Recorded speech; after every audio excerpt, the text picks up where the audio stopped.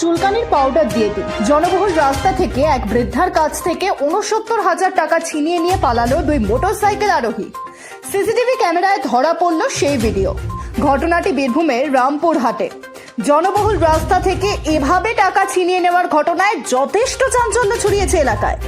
বীরভূমের রামপুরহাটের bank road এলাকায় একটি গ্রামীণ ব্যাংক থেকে ৬৯,০০০ টাকা তুলেছিলেন তারাপীঠের কাছে পলসা গ্রামের শঙ্করী দাস নামে এক বৃদ্ধা। তিনি টাকা তুলে ব্যাংক থেকে বেরোনোর সময় তার পিঠে চুলকানির পাউডার দিয়ে দেয় এক দুষ্কৃতী। শরীরে চুলকানি শুরু হওয়ায় ব্যাংকের সামনের ফুটপাতে দাঁড়িয়ে শঙ্করী দাস তার টাকা ভর্তি ব্যাগটি পায়ের কাছে রেখে শরীর চুলকাতে থাকেন। সেই সুযোগে এক দুষ্কৃতী টাকার ব্যাগটি নিয়ে তার সঙ্গে থাকা অপর এক দুষ্কৃতীর মোটরসাইকেলে চেপে চম্পট দেয়।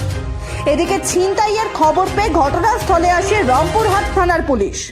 এলাকার বিভিন্ন সিসিটিভি ক্যামেরার ফুটেজ দেখে ছিনতাইবাজদের ধরার চেষ্টা চালাচ্ছে রামপুরহাট থানার পুলিশ। শহরের ব্যস্ততম ও জনবহুল রাস্তায় দিনে দুপুরে প্রকাশ্যে ছিনতাইয়ের ঘটনায় পুলিশের ভূমিকা নিয়ে প্রশ্ন তুলেছেন রামপুরহাটের মানুষেরা।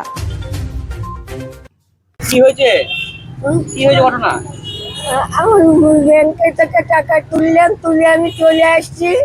চলে এসে কাঁধে আমার ব্যাগ আছে, নিয়ে আমার গাড়িতে ছিটিয়ে দিল। ছিটিয়ে দেওয়ার পর আমি জ্বলছে এমনি করে ঝাড়ছি, টাকা দেখছি আমার ব্যাগটাকে ছিনিয়ে নিয়ে চলে গেল। কত টাকা ছিল ব্যাংকে? ৬৯ টাকা, ৬৯,০০০ টাকা। বাড়ি কোথায়? আমার বাড়ি তারাপীঠ পলসা। কোন ব্যাংক থেকে টাকা তুলেছিলেন? এই স্টেট ব্যাংকে। আচ্ছা, নিয়ে কি হয়েছিল ঘটনা? কখন হয়েছে ঘটনাটা নিয়ে চলে আসছে, এবার গাড়ি ধরবো, টোটো ধরবো। নিয়ে আমি টোটো ধরতে যাচ্ছি তো আমার গায়ে কি দিল, নিয়ে গা খুব জ্বলতে লাগলো। আমি এমনি করে ঝাড়াঝুড়া করছি, তখন দেখছি আমার ব্যাগটাকে ছিনিয়ে নিয়ে পালালো। পুলিশ এসেছে? হ্যাঁ, পুলিশ এসেছে? পুলিশ জানি না, তখন আমি দেখিনি তো কিছু। কি নাম আপনার? আমার নাম শুভঙ্করী দাস।